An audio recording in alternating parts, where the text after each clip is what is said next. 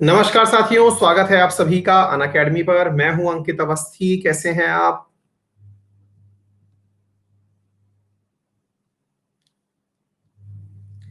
Hopefully आप सभी लोग बहुत अच्छे हैं। Very good morning. जी हाँ।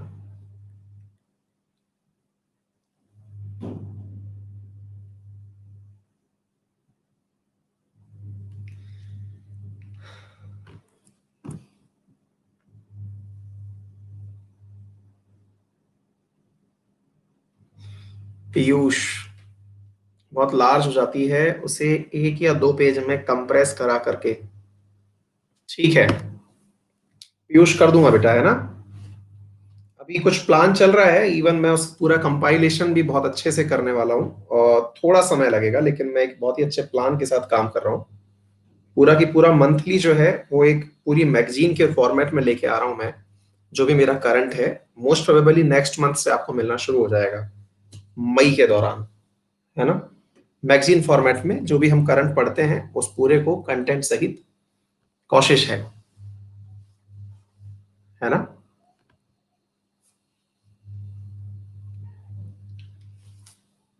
हैप्पी होली आप सभी को। मेरे हाथों में कलर है, हाँ, दोनों में कलर है। चलिए।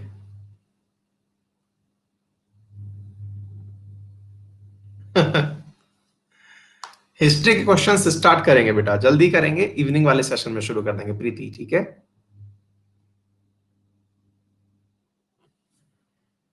हारून भाई, कल होली के चक्कर में ऑफ रखा हुआ था। मेरा होली बहुत अच्छा रहा। हाँ, उसमें प्रतिमा मिश्रा, बिल्कुल बेटा, योजना और कुरुक्षेत्र भी उसमें शामिल की जाएंगी। इसी तरह से सोच रहा हूं मैं। फेस का कलर तभी तो रेड हो रहा है, अभी हट नहीं पाया है पूरा। राजस्थान दिवस की धन्यवाद आप सभी को भी। यश बचा नहीं है भाई, पूरा छिल चुका है बहुत ज्यादा। शैलेश बिल्कुल करेंगे भाई। अच्छा सुनील। सार्थक गुड मॉर्निंग। हाँ, ये कलर का लाल है। आर्यन अर्जुन बिल्कुल भैया, मौका बिल्कुल मिलने के प्लान मैं बना रहा हूं। आर्यन शर्मा, क्लास की छुट्टी मत किया कीजिए भाई, अब त्योहार, बहुत सारे बच्चों के घर जाना होता है, बहुत सारे बच्चों को। शिवू बहुत बढ़िया बेटा। चलिए शुरू करें।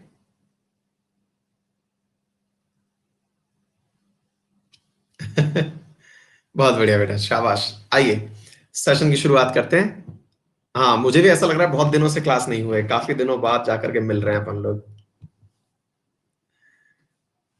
सोनू, मैं रियल मीटिंग करने की सोच रहा हूँ। हाँ जी। जैसा कि आप सभी को ज्ञात होगा कि मेरा रेफरल कोड है अंकित जैन, जिसका उपयोग करके आप अनअकैडमी पर 10% डिस्काउंट प्राप्त कर सकते हैं। आपको मालूम है ना, आज और कल ये 2 दिन आप लोगों के लिए बहुत ज्यादा महत्वपूर्ण है, क्योंकि अनअकैडमी अपने द्वारा आप लोगों को 31 मार्च तक एक ऑफर दे रही है, जिसमें वो सभी कैंडिडेट्स जो अनअकैडमी के साथ जुड़ करके सब्सक्रिप्शन यूपीएससी का लेना चाहते हैं, उन्हें 1 साल का मतलब 1 साल के उसमें सब्सक्रिप्शन में अगले साल प्रीलिम्स जब तक नहीं हो जाता तब तक का एक्सटेंशन दिया जा रहा है। ये तथ्य याद रख लेना, ये महत्वपूर्ण है अगर आप यूपीएससी का नियर फ्यूचर भी प्लान बना रहे थे लेने का। तो मेरे प्यारे साथियों, 31 मार्च से 31 मार्च 2022 तक का तो मिल ही जाएगा एक ही सब्सक्रिप्शन फीस में, लेकिन इसके बाद भी एडिशनली जब तक प्रीलिम्स नहीं हो जाता, मार्च के बाद अप्रैल, मई, जून, जुलाई, तब तक का भी आपको सब्सक्रिप्शन मिलेगा। यानी कि आपके लिए सबसे बढ़िया ऑफर है ये, तो इसे आप यूज कर लें। मेरा मानना है कि यदि आप यूपीएससी का प्लान कर रहे हो तो इससे अच्छा ऑफर अनअकैडमी पर अभी तक नहीं आया है। ठीक है, चलिए साथियों। हाँ, एक विद्यार्थी कह रहे हैं हार्ड कॉपी।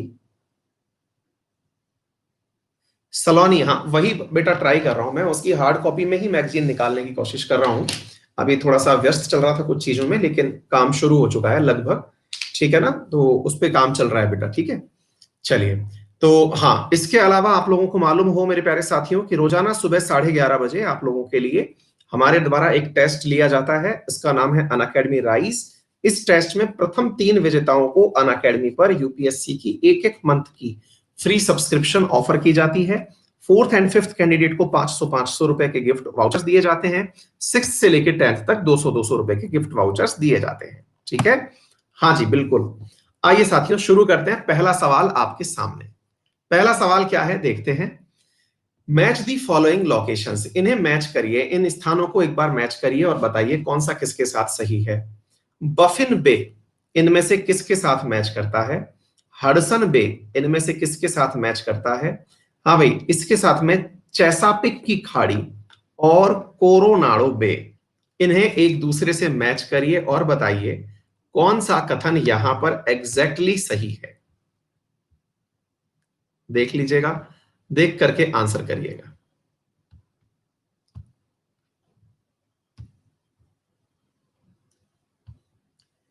नमो मीणा, आपको भी भाई।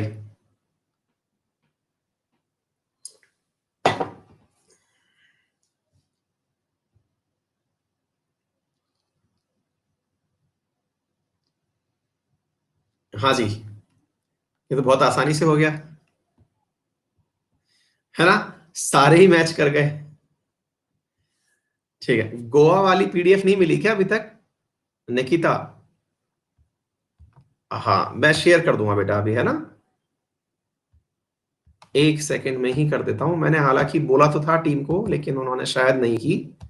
एक मिनट लो, मैंने तो फिर खुद भी भूल जाता हूं बाद में। हाँ भाई, जो भी मेरे प्यारे साथी जो हैं वो जो यूपीएससी की तैयारी कर रहे हैं, उन्हें मैं बता दूं कि हमारा एक चैनल है यूट्यूब पर यूपीएससी के नाम से, आप उसे फॉलो कर लें। यहाँ पर यूट्यूब पर हमारे द्वारा बहुत सारे वीडियोस डाले जाते हैं जो कि यूजफुल हैं आप लोगों के लिए, एग्जाम ओरिएंटेड भी हैं और यूजफुल भी हैं।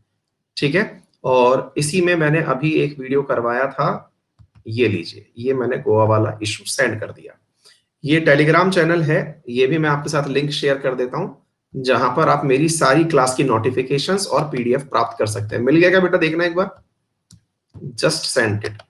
हो गया क्या, देख लीजिएगा एक बार, थम्स अप कर दीजिए अगर मिल गया हो तो। इसी इसी इसी टेलीग्राम पर डाला है। मिल गया, चलो परफेक्ट। आ जाओ बेटा, आगे बढ़ते हैं। अगला सवाल पूछा गया है गल्फ ऑफ मैक्सिको। ध्यान से देखिएगा और आंसर करिएगा मेरे प्यारे साथियों। सवाल पूछा गया है, इन्हें मैच करने के बारे में बताइएगा। गल्फ ऑफ मैक्सिको कहां पर स्थित है। गल्फ ऑफ कैंपेच कहां पर है। Gulf of Darien, gulf of Panama कहां पर है। इन्हें जरा मैच करिए और बताइए कौन सा कथन यहां पर सही से मैच किया गया है। सोचिए और सोच करके आंसर दीजिए।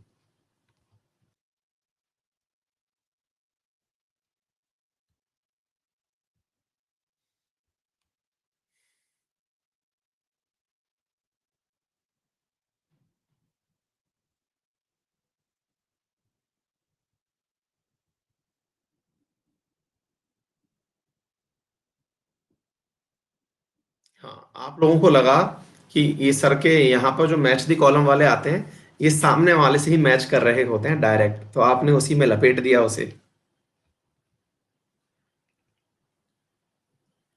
गल्फ ऑफ मैक्सिको, ये मैक्सिको के ईस्ट पे है। ये किसने कह दिया, मुझे थोड़ा सा बताएंगे आप, ताकि मैं उस हिसाब से अपने आप को भी समझा लूं। हम्म, फोर्थ।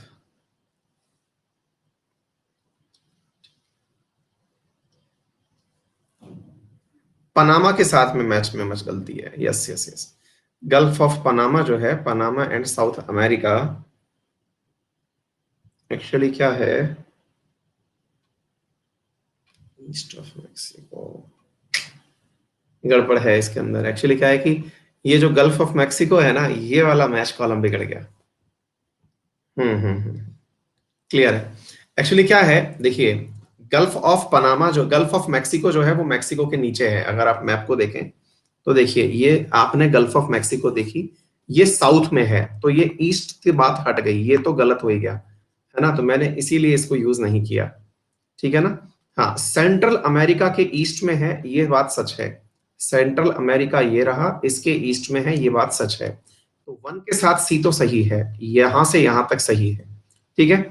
अच्छा, दूसरा गल्फ ऑफ पनामा जो है, gulf of Darien, gulf of Panama, अगर हम इनको देखें तो gulf of Darien, gulf of Panama कहां पर है, इधर देखें, ये कैरेबियन सी है, पनामा के साउथ में इस तरफ गल्फ ऑफ पनामा है, ये रही गल्फ ऑफ डेरियन, पनामा और साउथ अमेरिका के बीच में, ठीक है।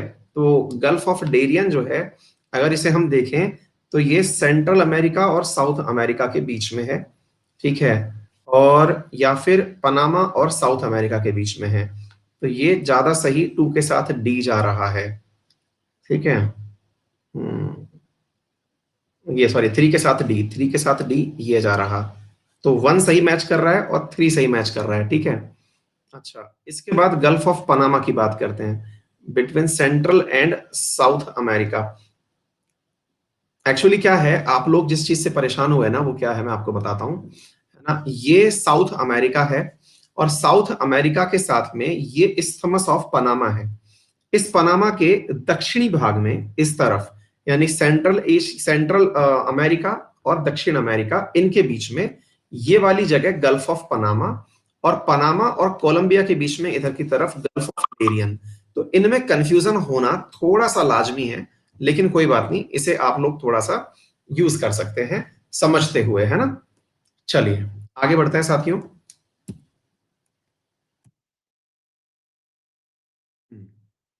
बफिन island is type of continental glacier, answer तो सही है उसका भी, ठीक है ना। नहीं, एक का ए नहीं होगा बेटा, है ना। हाँ जी, Baffin island is type of continental glacier. Baffin, Baffin Bay के पास Baffin island. Cape Breton island is known for its coal field. Florida Keys are small island of coral origin. कौन सा कथन यहां पर सही है? हाँ जी, इनमें से आपके सामने लोकेशन फैक्टर के आधार पर पूछा जा रहा है। सारी लोकेशंस मैं आपको दिखाऊंगा, अगर आती हो तो एक बार ट्राई करिए, अदरवाइज मैं आपको दिखाता हूं।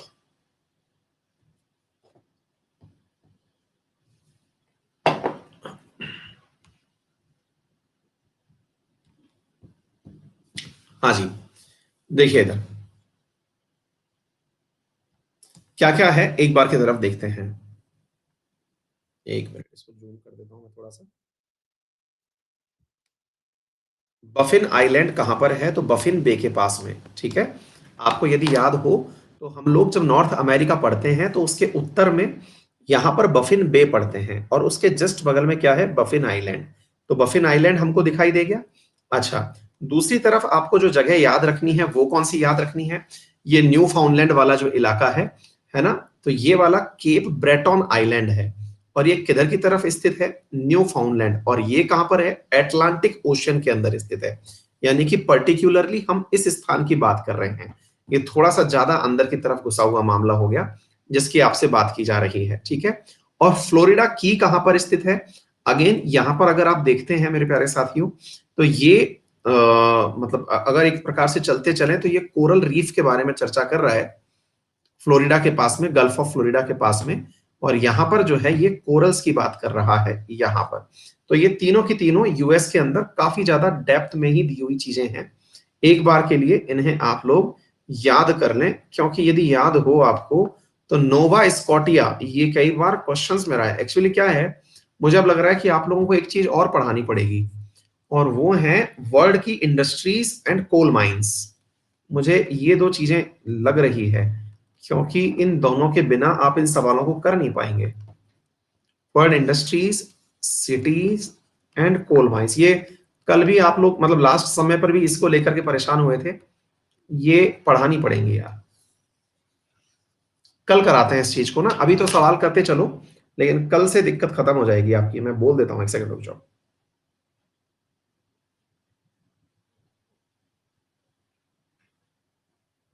सर कल के वर्ड के अंदर सुबह 10 बजे वाले सेशन में वर्ड की इंडस्ट्रियल सिटीज, कोल माइंस, इनके ऊपर सेशन देना है अपन को, ठीक है। तो ये जो चीज है ना आपकी फिर कल से दूर हो जाएगी। एक्चुअली क्या है कि ये सिटी वाला जो चीज है ना, ये आप नहीं कर पा रहे हैं, कल हो जाएगा, चिंता मत करिए, ठीक है।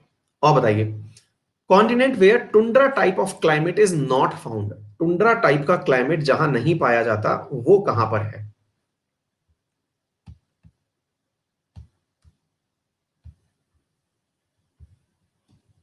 यूटी करा दूंगा मैं, है ना, यूटी भी करा दूंगा, चिंता मत करिए। यूटी में कुछ है नहीं, मतलब 5-7 मिनट का लोकेशन है और स्टेट वाला भी हिस्सा बचा हुआ है। पहले मैं ये वाली चीज करा देता हूँ आप लोगों को, है ना।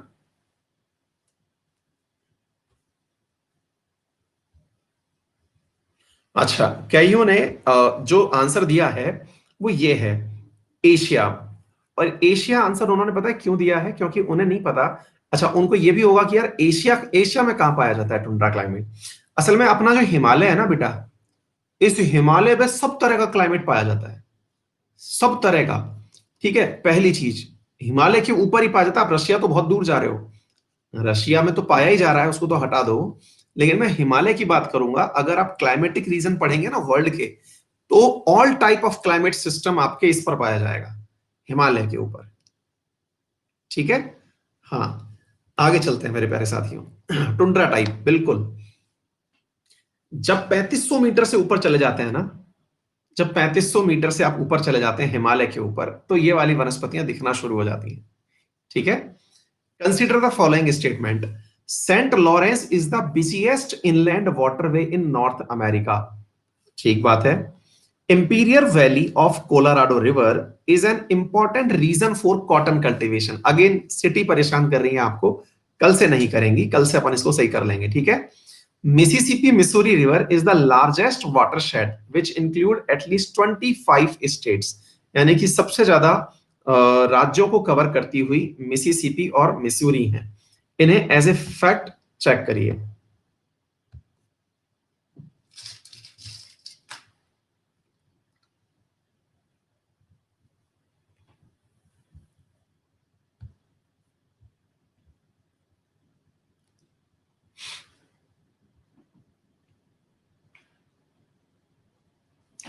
अब ये सेंट लॉरेंस की क्या कहानी है, देखो बेटा क्या है, तुक्का लगाया आपने, कोई बात नहीं। लेकिन जो अपन 5 लेक पढ़ते हैं ना, ग्रेट लेक्स, जो हम ग्रेट लेक्स पढ़ते हैं, उनको एटलांटिक ओशन से जोड़ने वाला ये जो 5 लेक है ना, सुपीरियर, मिशिगन, ह्यूरॉन, आइरे, ओंटारियो, इनको अटलांटिक से जोड़ने वाली जो नदी है ना, उसका नाम सेंट लॉरेंस नदी है, कनाडा और यूएस के बीच में। ठीक है, इसलिए ये सबसे ज्यादा महत्वपूर्ण है बेटा, है ना। मिसिसिपी मिसूरी तो पता ही है कि भाई, मिसूरी सबसे लंबी रिवर हो गई और ये सबसे बड़े बेसिन को कवर करती है। चलिए आगे बढ़ते हैं। बेरिंग स्ट्रेट, बेरिंग सी कहां पर है, लेब्राडोर सी कहां पर है, कैरेबियन सी कहां पर है, बियोफोर्ड सी कहां पर है। ये डेफिनेटली आप सही कर देंगे, हमने डेफिनेटली किया हुआ है। ठीक है ना। आइए, बेरिंग सी सोचिए और बताइएगा।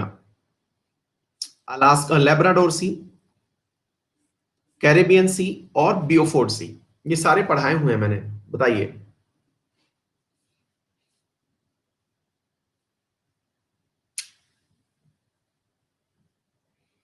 हम्म, थम्स अप कर दीजिएगा जब आप करने की स्थिति में हो। लीजिए।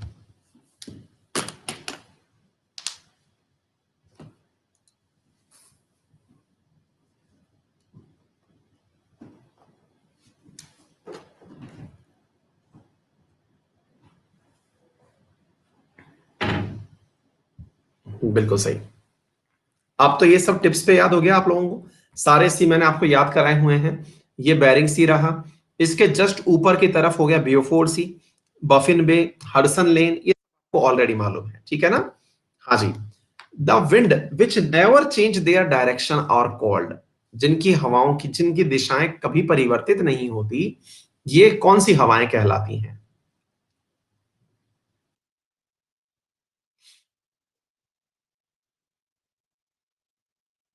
इसमें आप लोग कुछ गड़बड़ करेंगे, लेकिन करिए, चलिए।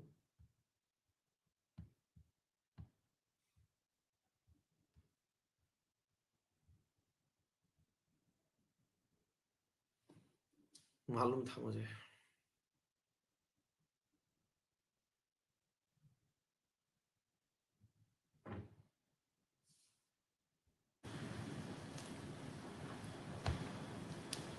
हम्म, क्योंकि इनको देख करके मुझे मालूम था कि यहां पर लिखा देखेंगे तो आंसर परमानेंट विंड ही करेंगे।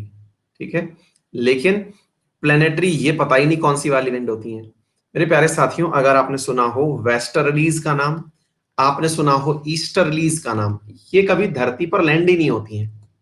जो परमानेंट विंड हैं ये तो धरती को प्रभावित कर रही हैं, ये वायुमंडल में चलने वाली हवाएं हैं जो एनी टाइम वेस्टर्ली वेस्ट की तरफ, हाँ, और ईस्टर्ली ईस्ट की तरफ, ठीक है।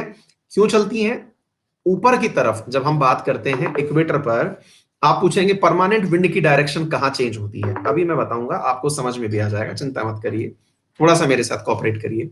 देखिए, आप लोग इक्वेटर पर लो प्रेशर बनता हुआ देखते हैं, हवा में आप जाकर के हाई प्रेशर देखते हैं ऊपर हवा में जहां बादल बनते हैं, ठीक है।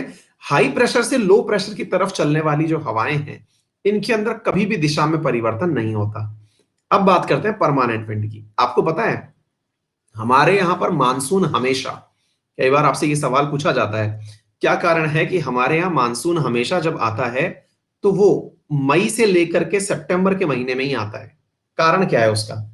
उस भाई ऐसा थोड़ी है कि हमारे यहां पर हवा, अच्छा दूसरा, अगर आपको थोड़ा भी नॉलेज हो तो अक्सर आप लोग यूं पढ़ते हैं हवाओं को, कुछ याद है? आप पढ़ते हैं कि नदर्न हेमिस्फेयर के अंदर अगर हम बात करें तो हवाएं राइट हैंड साइड पर चलती हैं और सदर्न हेमिस्फेयर में लेफ्ट हैंड साइड पर चलती हैं, याद है? अच्छा, तो फिर एक बात बताओ, जब ये हवाएं यूं चल रही हैं तो इंडिया पर से भी यूं ही चल रही होंगी। ये इंडिया बना रखा है मैंने, है ना, ये श्रीलंका, ये इंडिया, ठीक है। अच्छा, तो मुझे एक बात बताओ, फिर हमारे यहां बारिश कैसे आएगी? फिर हमारे यहां बारिश कैसे आएगी? मानसून आना ही नहीं चाहिए। घूमकर? कैसे घूमेगी? लोकल विंड से?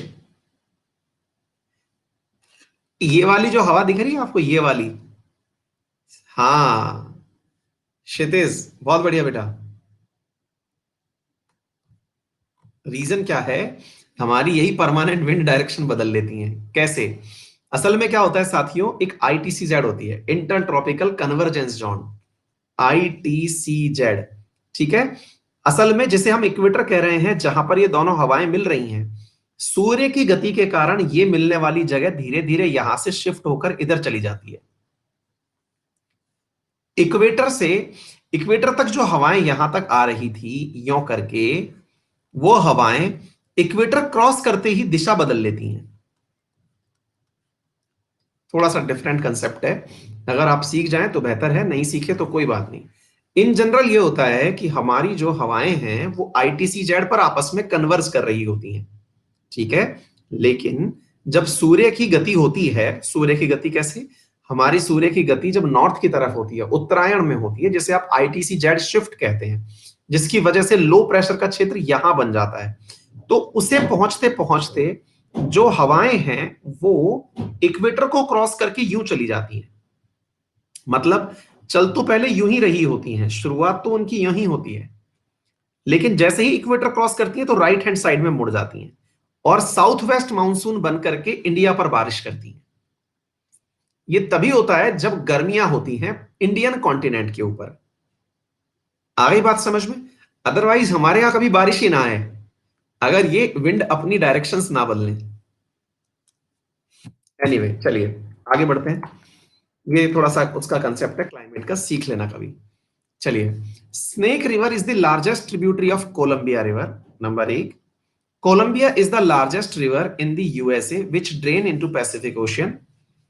Grand Coulee, Bonneville and Chief Joseph are the main dam on of Columbia River. इनमें से कौन सा कथन सही है? कोलंबिया रिवर, हाँ जी बताएं।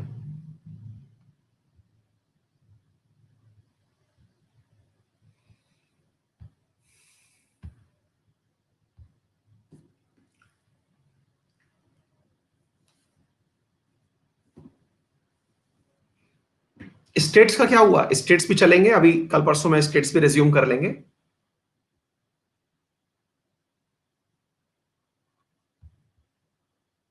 शिवम, बिल्कुल करते हैं आपके लिए भी, है ना। ठीक है, एक टेस्ट सीरीज शुरू कर देंगे, कर देंगे बेटा, चिंता मत करिए। निकिता, बिल्कुल कर देंगे। हाँ जी, next question. Mackenzie, Nelson, Peace and Saskatchewan, ये आपसे पूछे गए हैं कुछ प्रमुख नदियां, और उन नदियों के सोर्सेस पूछे गए हैं। कौन सी प्रमुख नदियां हैं, कहां कहां से निकलती हैं? जरा बताइए। कनाडा की प्रमुख नदियां हैं मैकेंजी, नेल्सन, पीस और सस्केचवान। बताइए। असल में साथियों ये क्या है कि बहुत ज्यादा हमारी टीम ने कंटेंट आप लोगों के लिए डेप्थ में दे दिया है, पर कोई नहीं, अगर कर पा रहे हैं तो बढ़िया है, अदरवाइज चलने दीजिए।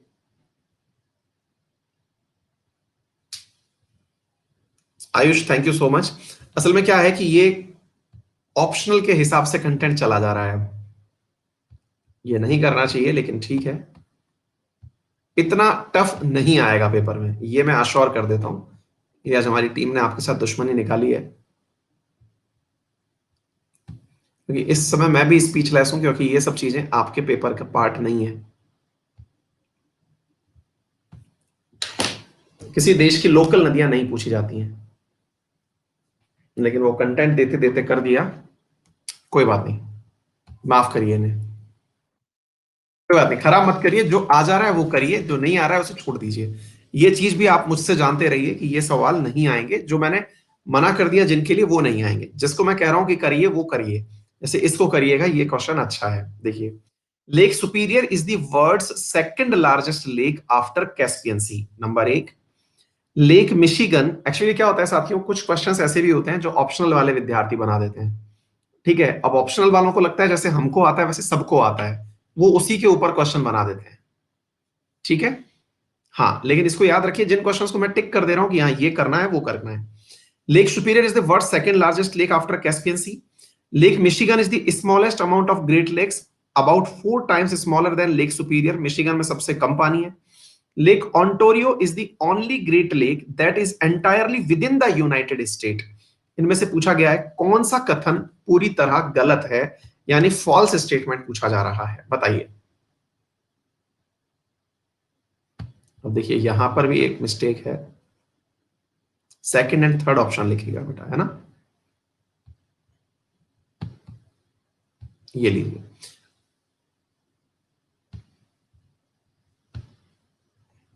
हाँ जी, बिल्कुल।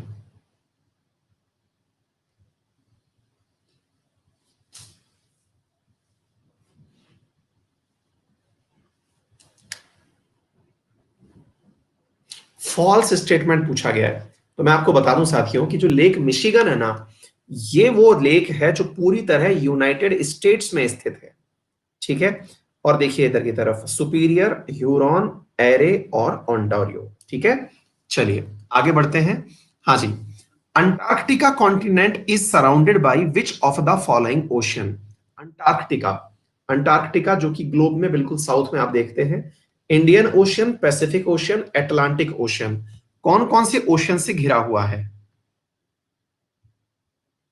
कौन कौन से ओशियन से घिरा हुआ है, मतलब कौन कौन से ओशियन इसे टच कर रहे हैं? Suraj Kushwaha thank you so much.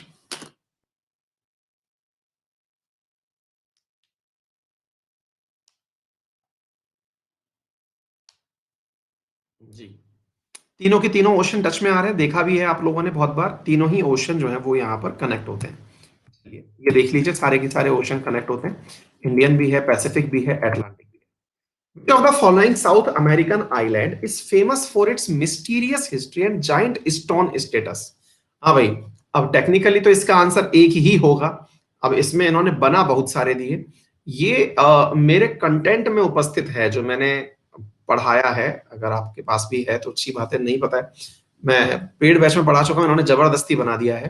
तो केवल एक ही आंसर है इसका, और इसमें बहुत सारी ऐसी आकृतियां बनी हुई हैं जिसका कि अभी तक कोई आइडिया नहीं है। अगर आप चाहें तो मैं इसकी फोटो दिखा सकता हूं आपको। ये मिस्टीरियस ही है, लोगों को पता ही नहीं है कि ये क्यों बना हुआ है। मैं जैसे ना, बहुत ही मतलब अजीबो गरीब टाइप की स्ट्रक्चर्स बनी हुई हैं यहाँ पे।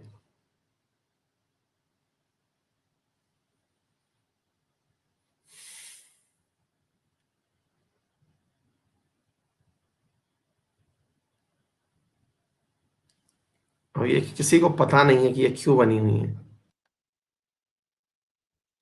दिखाता हूं मैं।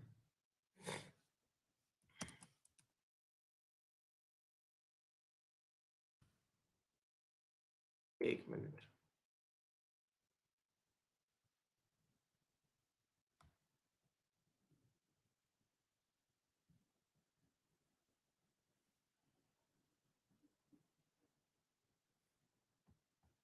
एक मिनट बस हो गया। एक मिनट रुक जाइए, नेक्स्ट पे भी लेके चल रहा हूँ, लेकिन एक चीज दिखाने के लिए आपके लिए थोड़ा सा एफर्ट अगर लग जाए तो क्या बुराई है। ये चिली के अंडर में आता है, ये देखिए आप। अब इन स्ट्रक्चर्स का क्या ही लॉजिक है, ये किसी को नहीं पता है। और विशाल, खुश रहिए। है ना, ये किसी को नहीं पता है कि ये मतलब क्या है, क्यों है। ऐसी बहुत सारी स्ट्रक्चर्स लगी हुई हैं यहाँ पे मोदी जी की। हम अगर मोदी जी को पता चल जाए तो मोदी जी कहेंगे मैं भी यहां था। ठीक है, सिंधु घाटी सभ्यता में तो थे ही वो, अब यहां पर भी हैं। ठीक है, तो आप सोच के देखिए कि ये जो है, समझ में आ रहा है आप लोगों को। ये चीज यहां पर है, इसके पीछे किसी को कोई रीजन नहीं पता है। चिली के अंडर में आता है, ये ईस्टर आइलैंड है। आइए चलिए बढ़ते हैं आगे। हाँ जी, कहाँ चला गया मैं। अगला question, which of the following is are or not a land lock country of Europe. इनमें से लैंड लॉक कंट्री कौन सा नहीं है। है ना, मतलब जो चारों तरफ से जमीन से घिरा हुआ हो। हंगरी, कोसोवो, चेक रिपब्लिक और स्पेन। अब देखिए, इसको करने का आसान तरीका तो ये है कि आपको इन मैप्स की, इन इन कंट्रीज की लोकेशन पता हो कि ये कहां पर स्थित है। अब कॉमन सेंस से आप कर सकते हैं वैसे तो, क्योंकि अपन लोग जब जिब्राल्टर पढ़ते हैं तो कुछ दिमाग में आ जाए, मतलब दिमाग लगाइए, बाकी तो मैं ज्यादा नहीं बोलूंगा।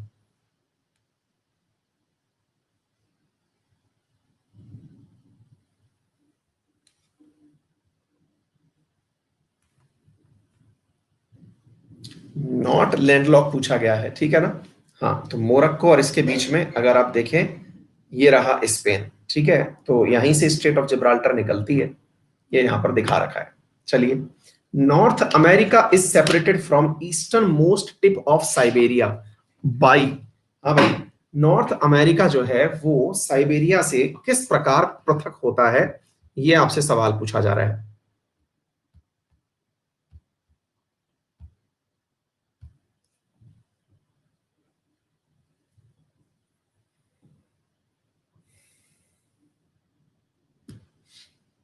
बहुत बढ़िया, बेरिंग स्ट्रेट। आगे बढ़ते हैं। Which of the following country does not share its border with Black Sea. Black Sea से कौन सा देश अपना बॉर्डर शेयर नहीं करता। अच्छा सवाल है।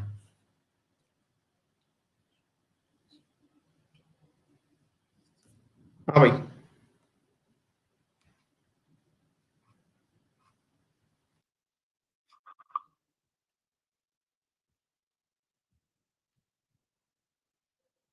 अच्छा सवाल है। अगर थोड़ा भी दिमाग पे जोर डालोगे तो मिल जाएगा।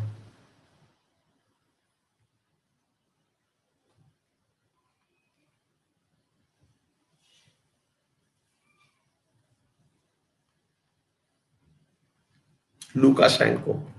हाँ, इसीलिए ये क्वेश्चन अच्छा है। ठीक है, ये ब्लैक सी रहा, ये सी ऑफ मरमरा, ये रहा ब्लैक सी। इनके बीच में यहां पर बॉस्फोरस स्टेट अपन ने पढ़ा ही था।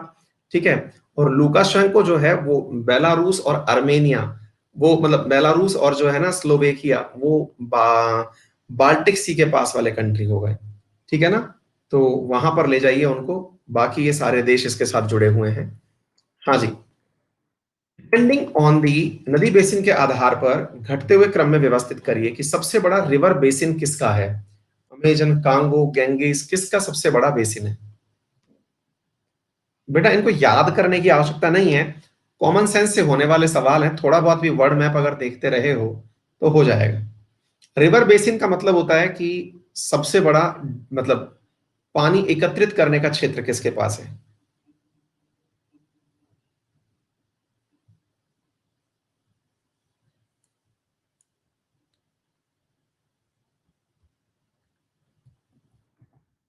Which of the following country is not a part of continent of North America? North America का इनमें से कौन सा कंट्री हिस्सा नहीं है। मतलब बहुत ही आसान और आसानी से किए सकने वाले क्वेश्चंस हैं, इनको पता नहीं क्यों दे दिया गया है आज। आज हमारी टीम जो है वो गुजिया नहीं खाई है होली के दिन, इसलिए थोड़ा नाराज है लगता है। देख के पता चल जा रहा है। वो कंट्री जिसके अंदर जेल खाली हो गए हैं, 2200 जो जेल के लोग हैं वो मतलब बेरोजगार हो गए हैं, Netherlands. Which of the Cordillera and where it is? What is the Cordillera? Cordillera कहाँ पर है? और ये नहीं नहीं, क्वेश्चन अच्छे नहीं है, sorry sir. Thank you so much.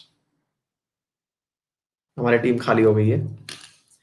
आज के परफॉर्मर रहे हैं ज्योति सिंह, हेतराम, दीपशिखा, ऋषभ, प्राशिक, निशा, रंजीत, दिव्या, भावना, दिलीप रावत। ठीक है, ये हमारे आज के परफॉर्मर रहे हैं। बहुत अच्छा परफॉर्मेंस दिया आप सभी साथियों ने, बहुत बहुत धन्यवाद आप लोगों का। कल जो है वो थोड़ा सा पढ़ाने वाला कंटेंट जो बचा है वो खत्म करवाएंगे, सिटी मैप वगैरह करवा देंगे। ठीक है, और जो भी विद्यार्थी यूपीएससी का सब्सक्रिप्शन प्लान कर रहे हैं, आज और कल 2 दिन है उनके पास, और इन 2 दिनों में वो अपना परफॉर्मेंस जितना बेस्ट हो सके देख लें भैया, क्योंकि 1 साल की कीमत पर उन्हें मिल रहा है 1 साल से अधिक यानी 16 महीने का सब्सक्रिप्शन। जो भी फीस है उसमें 10% का डिस्काउंट है। 44,550 रुपए में अनअकैडमी का प्लस सब्सक्रिप्शन मिल जाता है, जिसमें कि प्रीलिम्स, मेंस, इंटरव्यू, इन सब का कोर्स मिल सकता है। ठीक है, इसके अलावा अगर आप चाहते हैं इसके अलावा ऑप्शनल का सब्सक्रिप्शन भी लेना, उस फीस में भी 10% के डिस्काउंट के साथ 23,000 में आपको वो भी मिल जाता है, यानी कि ये दोनों 67,000 में आपको मिल जाएंगे। और सबका जो सब्सक्रिप्शन का जो समय है वो 1 साल से ज्यादा बढ़ा करके दे दिया गया है। आपके प्रीलिम्स तक के लिए सारी चीजें दी जाएंगी आपको। ठीक है, शाम का टॉपिक तो वो इंडियन पॉलिटी के क्वेश्चंस जो चल रहे थे वही चलते रहेंगे। ठीक है, चलिए, thank you so much. Okay.